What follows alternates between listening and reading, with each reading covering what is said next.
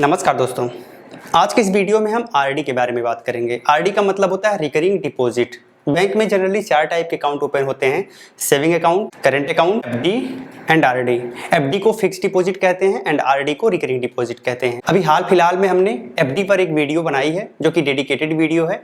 आप इसी वीडियो के लास्ट में उस वीडियो को देख पाएंगे, जहां से उस पर क्लिक करके आप उस वीडियो को देख सकते हैं, या फिर इसी वीडियो के फर्स्ट कमेंट में जाने के बाद भी आपको वीडियो मिल जाएगी, वहां से आप देख सकते हैं। तो आज हम डिटेल में बात करेंगे आरडी के बारे में कि आरडी क्या होती है, आरडी को क्यों आपको ओपन कराना चाहिए, ओपन कराने के क्या प्रोसेस हैं, इसके लाभ क्या हैं, इसके नुकसान क्या हैं और कौन से बैंक में आरडी आपको ओपन करवानी चाहिए। तो आप पूरी वीडियो से लास्ट तक जरूर बने रहिएगा। है गाइस, मैं मोशफिक सिंह। चलिए वीडियो को शुरू करते हैं। तो सबसे पहले जान लेते हैं कि आरडी एक्चुअल में होती क्या है। तो बेसिकली आरडी एक प्रकार का अकाउंट होता है जिसमें एक फिक्स टाइम पीरियड के लिए आप पर महीने के हिसाब से फिक्स अमाउंट जमा करते हैं और आरडी ओपन कराते समय आपको ये पता होता है कि कितना रिटर्न आपको इस फिक्स टाइम पीरियड में दिया जाएगा। बेसिकली आरडी जो है वो बैंक्स एंड पोस्ट ऑफिस में आप ओपन करा सकते हैं। अब दूसरी बात, आरडी आपको क्यों ओपन करनी चाहिए। तो अगर आप सीनियर सिटीजन हैं तो आप आरडी ओपन करवा सकते हैं। सीनियर सिटीजन में थोड़ा सा रेट ऑफ इंटरेस्ट ज़्यादा मिलता है, साथ ही उन्हें रिस्क लेने की क्षमता भी कम होती है, तो वो आरडी में जा सकते हैं। साथ ही अगर आप चाहते हैं कि भाई आपको कम रिस्क में आप मंथली सेविंग कर पाएं तो भी आप आरडी में जा सकते हैं, आप आरडी ओपन करवा सकते हैं। तीसरी कैटेगरी में वो लोग आ सकते हैं जो चाहते हैं कि उन्हें किसी प्रकार का मैनेजमेंट चार्ज ना देना पड़े, तो वो भी आरडी में जा सकते हैं। तो ये 3 कैटेगरी है जिनमें से जो भी चाहें वो आरडी में जा सकते हैं। बात करते हैं कि आरडी आप कैसे ओपन कर सकते हैं। तो आरडी ओपन करने के लिए आपका जिस बैंक में सेविंग अकाउंट है उस बैंक में आपको जाना है। साथ ही आप बैंक के स्टाफ से मिलके एक फॉर्म अप्लाई करेंगे। फॉर्म भरने के बाद आपको फॉर्म जमा कर देना है और आपकी आरडी ओपन हो जाएगी। ये एक सिंपल प्रोसेस है जो कि बैंक में जाकर आप कर सकते हैं। दूसरी बात, अगर आप इंटरनेट बैंकिंग यूज़ करते हैं तो सीधे आप अपने इंटरनेट बैंकिंग में लॉगिन हो जाएंगे। लॉगिन होने के बाद आरडी ओपन करने के लिए विकल्प मिल जाएगा, वहाँ से सीधे आप आरडी ओपन कर सकते हैं और आप उसमें पैसे डिपॉजिट कर सकते हैं।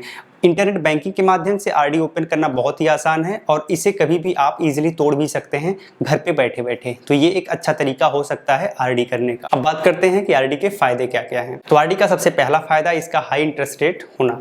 सबसे पहली बात बताना चाहेंगे कि आप सेविंग अकाउंट या फिर करंट अकाउंट में जाएंगे तो आपको बहुत कम इंटरेस्ट रेट दिया जाता है, जबकि एफडी और आरडी का इंटरेस्ट रेट लगभग समान रहता है या फिर थोड़ा सा ही वेरी करेगा। तो एक अच्छा इंटरेस्ट रेट आप यहाँ पर प्राप्त कर सकते हैं। इसका दूसरा फायदा है, अगर आप किसी भी मंथ का इंस्टॉलमेंट समय पर भरने से मिस हो जाते हैं तो आपको कोई पेनाल्टी नहीं देनी है। तो इसका दूसरा ये भी फायदा है। तीसरा फायदा है, अगर कभी भी आप इसे ब्रेक करते हैं टाइम से पहले तो आपको कोई पेनाल्टी नहीं देनी पड़ेगी, ईजिली आप ब्रेक कर सकते हैं। तीसरा फायदा इसका ये है। इसका चौथा फायदा है, आप कम से कम मंथली अमाउंट में ईजिली आरडी ओपन करा सकते हैं और अपनी सेविंग कर सकते हैं। 100 रुपये, 500 रुपये, 1000 रुपये जो भी आपके पास होगा उसमें आप करा सकते हैं। कभी कभी पोस्ट ऑफिस में अगर आप जाएंगे आरडी कराने तो वहां पर 10 से 20 रुपए की भी सेविंग से आप इजीली आरडी करवा सकते हैं। तो ये भी एक विकल्प मिल जाता है आरडी में।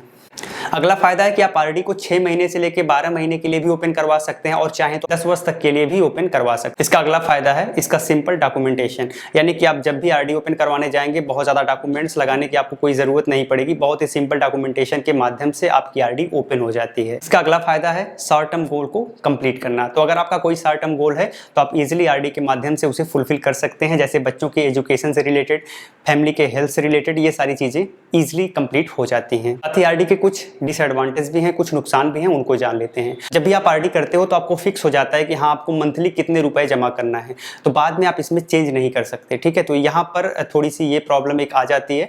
दूसरी बात ये है कि आरडी में लिक्विडिटी का इशू कभी कभी आता है। अगर आप बैंक के माध्यम से आरडी ओपन करवाए हैं, हो सकता है तत्काल आरडी ना टूटे और आपको समय पर पैसे न मिल पाए, तो ये दूसरा थोड़ा सा प्रॉब्लम हो सकता है। लेकिन अगर आपने इंटरनेट बैंकिंग के माध्यम से आरडी कराया है तो आप इजिली पैसे को प्राप्त कर सकते हैं, इजीली आरडी को ब्रेक कर सकते हैं। जो तीसरा नुकसान है वो है इसका कम इंटरेस्ट रेट होना। तो अगर आप देखेंगे तो आपको मार्केट ऐसे आपको बहुत सारे इन्वेस्टमेंट अपॉर्चुनिटीज मिल जाएंगी जहां पर आपको बहुत अच्छा खासा इंटरेस्ट रेट ऑफ इंटरेस्ट दिया जाता है।